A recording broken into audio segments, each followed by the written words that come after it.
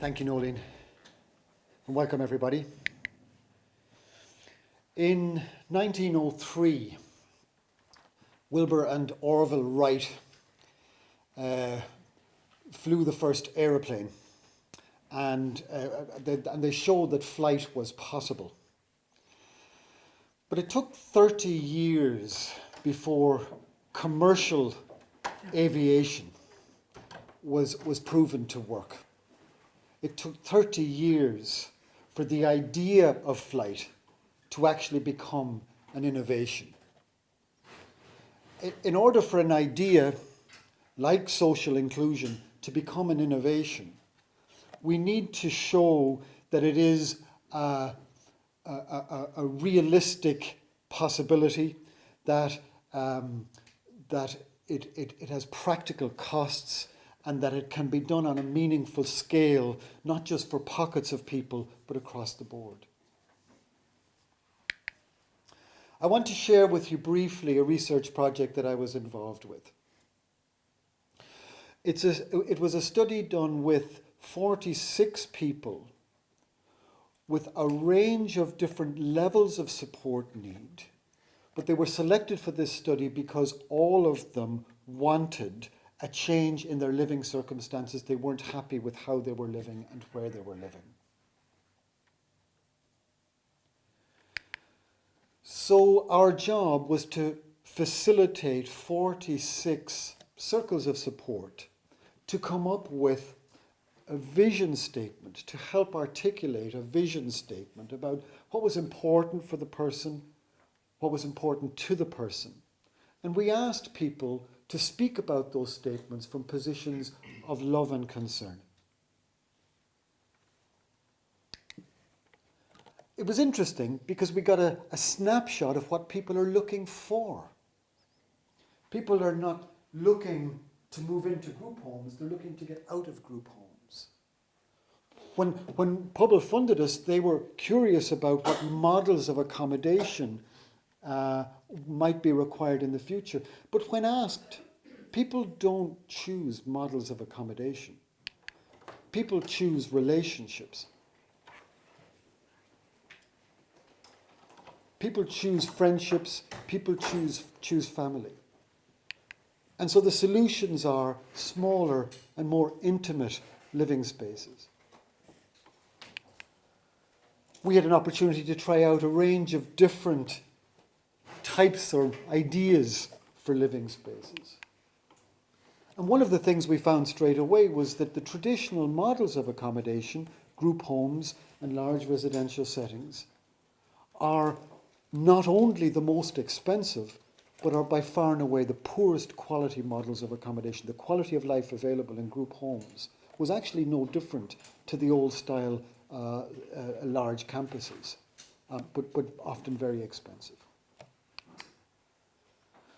Over the 15 months of the study, 20 people moved to the set of living conditions that was kind of consistent with their vision statements, according to kind of independent ratings. And 23 people did not make that transition within the time scale of the study. 3 we had debate about, and so we just left it out of the analysis.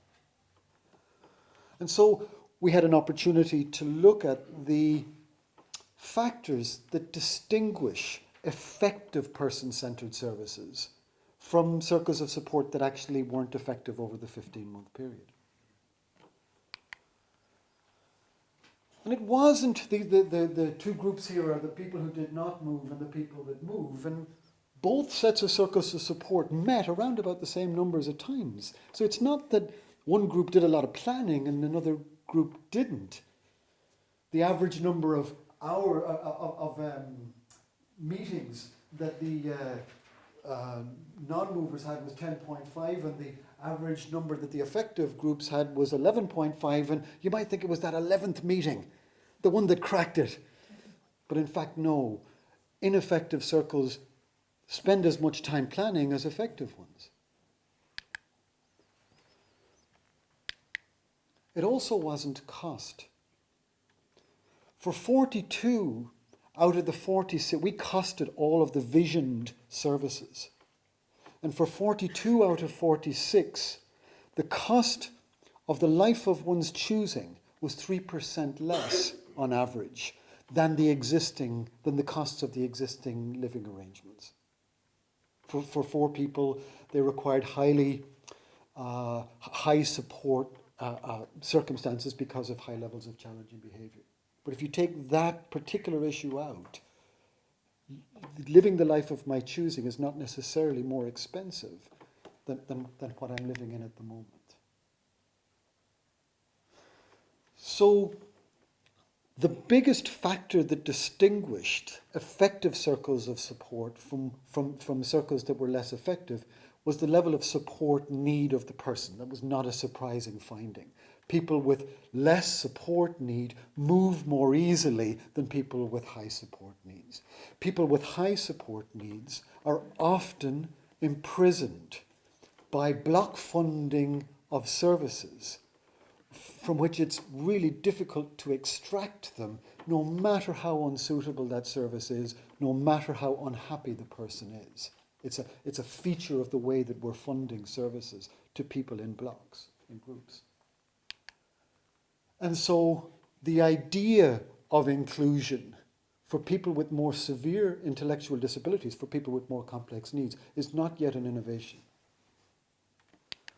When we controlled for that factor, when we statistically took out the effect of the level of support need, the biggest factor that distinguished effective from non-effective supports was a measure we took at the start of the Working Alliance.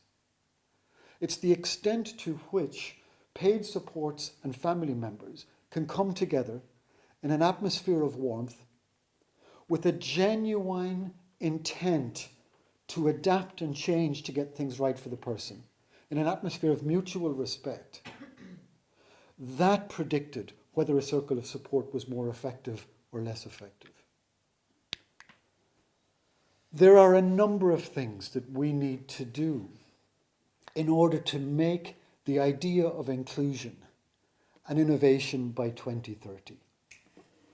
We need radically to change the way we manage staff in these different targeted support, person-centered types of services.